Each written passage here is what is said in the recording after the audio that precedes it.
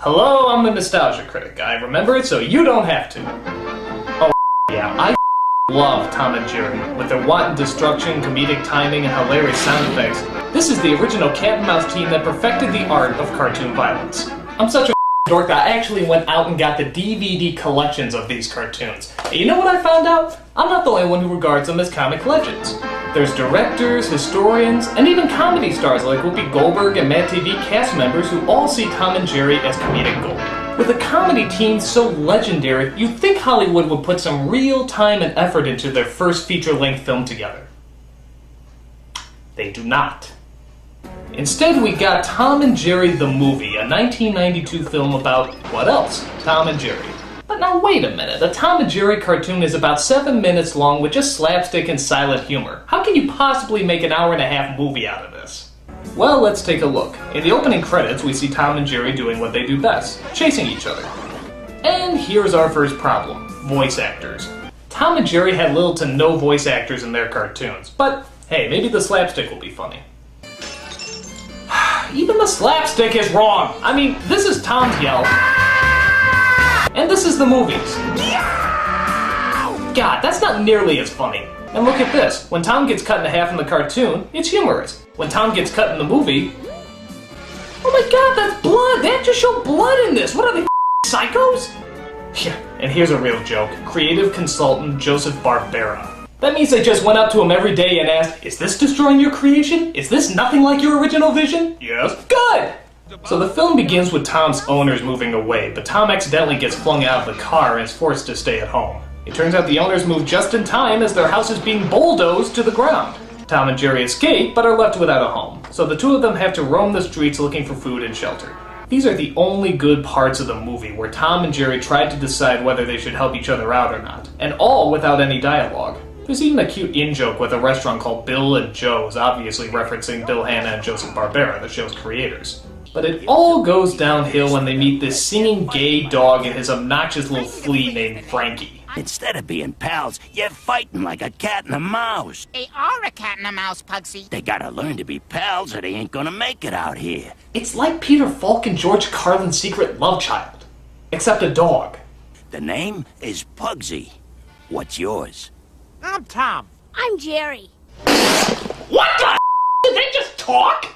Did Tom and Jerry, one of the most famous silent duos of all time, just speak to each other? No, it's gotta be a mistake. I gotta be hearing things. I'm gonna just go ahead and eat my customary 3-pound watermelon and drink my traditional pitcher of sangria both at the same time while I confirm how wrong I was about this ridiculous misunderstanding. What do you think I am, a dummy? You said it. Holy they talk! They actually talked! The apocalypse has finally begun, pigs are learning how to fly, Satan is skating his way to work, and I'm pretty sure that I just became a monkey's uncle. Unbelievable. I mean just unbelievable. The one rule that you never break, and they broke it in the first 10 minutes. I mean, isn't that like one of the 10 Commandments or something? Thou shalt not lie, thou shalt not covet thy neighbor's wife. Tom and Jerry don't talk. But wait, it gets worse. Not only can they talk, but they can also sing. We two, we're friends to the end. Ain't we, my friend? You'll never find two other guys compatible in steak and fries. But wait, it gets worse. Not only do they like to sing about how they don't like chasing each other and how they enjoy being friends. The greatest gift in life's a friend. He's a daily dividend. Be like us and start a trend. We're friends to the end. Hey, you guys are the greatest! I love it! You are terrific. My God. Tom and Jerry are dead. Alas, poor Tom and Jerry. I knew them, viewing audience. Two fellows of infinite jest, of most excellent fancy.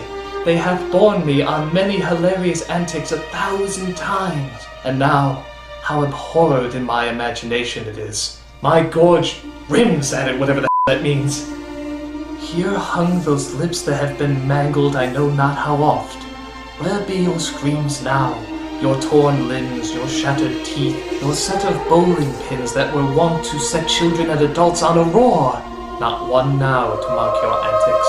Whiskers fallen. Now, get you to Hollywood's chamber and tell them, let them stop this that shocks and terrorizes those with most excellent humor, and show them what made such great laughter so great. Make them laugh at that.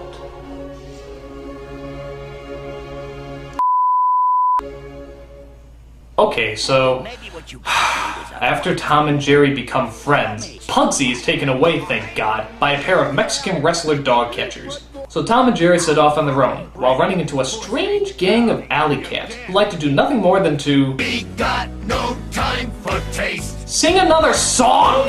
Oh, come on! I already had one song cut the off my childhood. I don't need another. Look at this. It's like West Side. I mean, how can anyone find this entertaining? It's just torture. What do we care about nice? What do we care about sweet? Oh yeah, I'm gonna be humming that tune all week. So after they escape the singing cat gang, good God, did I really just say that? They come across another shadow lurking in the alleyways. Who the is this? I'm Robin Starling. I'm afraid I don't have a home anymore. I'm sorry, we're trying to shoot a movie here. Is there any chance you can just kind of mosey along and, I'm an orphan. My mother died when I was a baby. Sucks. You know, we have a lot of shooting to do, and it's actually about Tom and Jerry. I'm sure it's gonna be very funny once it comes out, but you're kind of in the way right now, so if you could just, you know, kind of get out of the way, that'd be great. Aunt Fig was always calling me orphan. She even stole my locket and threw it out the window, but I climbed out and found it. You're really not gonna leave until we make the movie about you, huh? Uh-huh. Okay. Alright, little rewrite here. Alright, Tom and Jerry the movie is now about a little orphan who's trying to find her father, Indiana Jones, while her evil aunt and lawyer go searching for her because apparently she's worth a lot of money. Oh, and there's a cat and mouse in there somewhere, but that's not important. So yeah, you're probably thinking, what the does this have to do with Tom and Jerry? Well, I guess the writers felt that the story needed a little bit more conflict, because, you know, Tom and Jerry didn't have any conflict whatsoever. So after talking under Exposition Bridge, Tom, Jerry, and Robin decide to go back to her aunt's house, because they figure a bad roof over their heads is better than no roof at all. I never thought anyone could depict an actual representation of a giant purple people eater, but if there's anything that comes close, it's Robin's aunt, who seems to be consumed by one thing. We've got to have money. Oh, sounds like the producers of this movie. So they talk about what they're gonna do with Robin and... Oh no, please, not another one. I'll do anything. I'll do your taxes, I'll shave your back. Just please, not another one! Money is such a beautiful word. These songs are horrible! It's like Alan Menken's puke somehow mutated and started writing music! That's disgusting. So you might be asking yourself, is there any slapstick in this movie? Well, there's a fat dog on a skateboard who seems to pester Tom and Jerry as they try to eat. Special. Oh yeah, and he sounds like Gollum.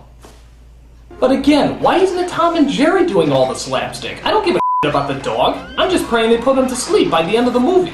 That goes double for me. After making a mess of the place, Robin's aunt decides to send Tom and Jerry to a person who takes care of pets named Dr. Applecheeks. By the way, have you noticed the strange names in this movie? Dr. Applecheeks, Aunt Fig, Mr. Lickboot? So it turns out Dr. Applecheeks holds rich pets ransom and gives them back to their owners for outrageous amounts of money. How do I know this? Because he sings about it, of course! Yes, animals are business, a money-making business. I don't think so. So while in the pet prison, guess who they bump into? No, not him. You! You killed Tom and Jerry! You turned them into friends and ruined the franchise! What?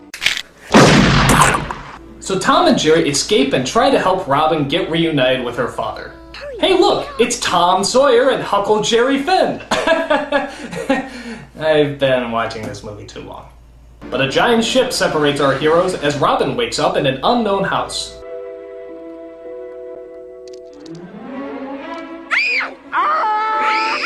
Oh my god, I'm in hell. It finally happened. Great wobbling wattles. Avast and heave to there, mate. You are the lucky guest of Captain Kitty. Oh, yes, and my first mate, Squawk. He's funny. No, he's frightening. So, while Robin is stuck watching Captain Kitty's psychotic episode, she manages to tell him where she's going. Tibet. Have you been to Tibet? I don't know. Why don't you sing about it? I've done it all. Why does everybody have a song in them? Doesn't anybody just say yes or no anymore? I've slayed Carnegie Hall. Nothing at all. I played Macbeth on Shut up. and got pneumonia twice. Shut up. Can't have it all. Shut up! Montreal. The road was small. From Saskatoon to Minneapolis. So Tom and Jerry find Robin, but unfortunately Captain Kitty's holding her ransom for $1 million reward that her aunt promised. On top of that, Dr. Applecheeks hears about the reward and wants to get her too. But unfortunately, he was tossed out of the car that he was in, so he has to find another form of transportation.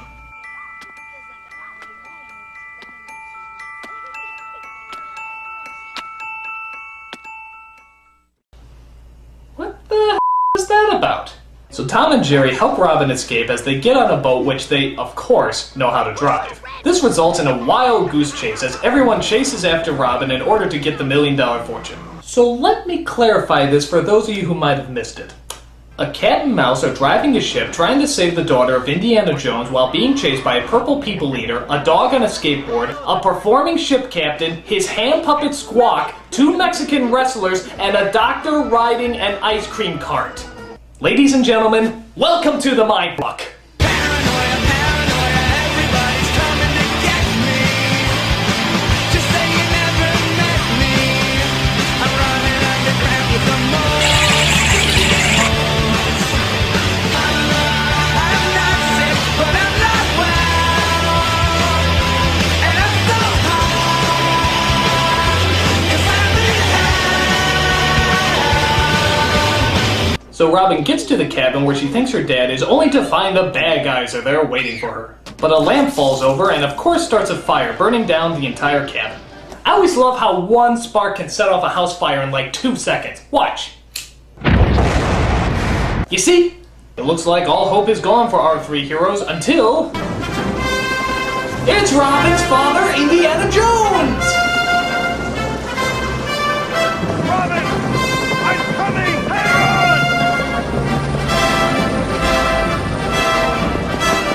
He rescues his daughter and leaves Tom and Jerry to burn alive in the fire. Wait, what? Dude! Tom! Jerry!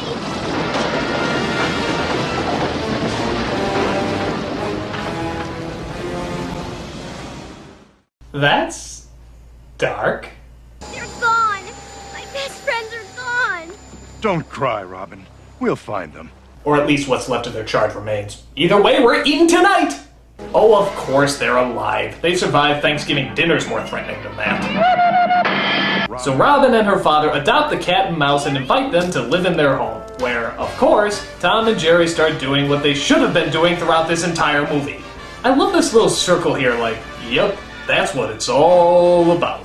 But nope, that's not what this film is about. I'll tell you exactly what this film is about. An hour and a half too long!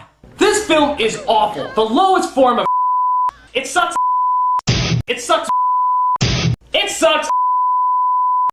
If I was to go back in time to tell the Tom and Jerry of 50 years ago that they would be making a film of this caliber about them, what do you think they'd have to say about it? I'm trying not to. I'm the nostalgia critic guy, remember it, so you don't have to. Yeah, what a load of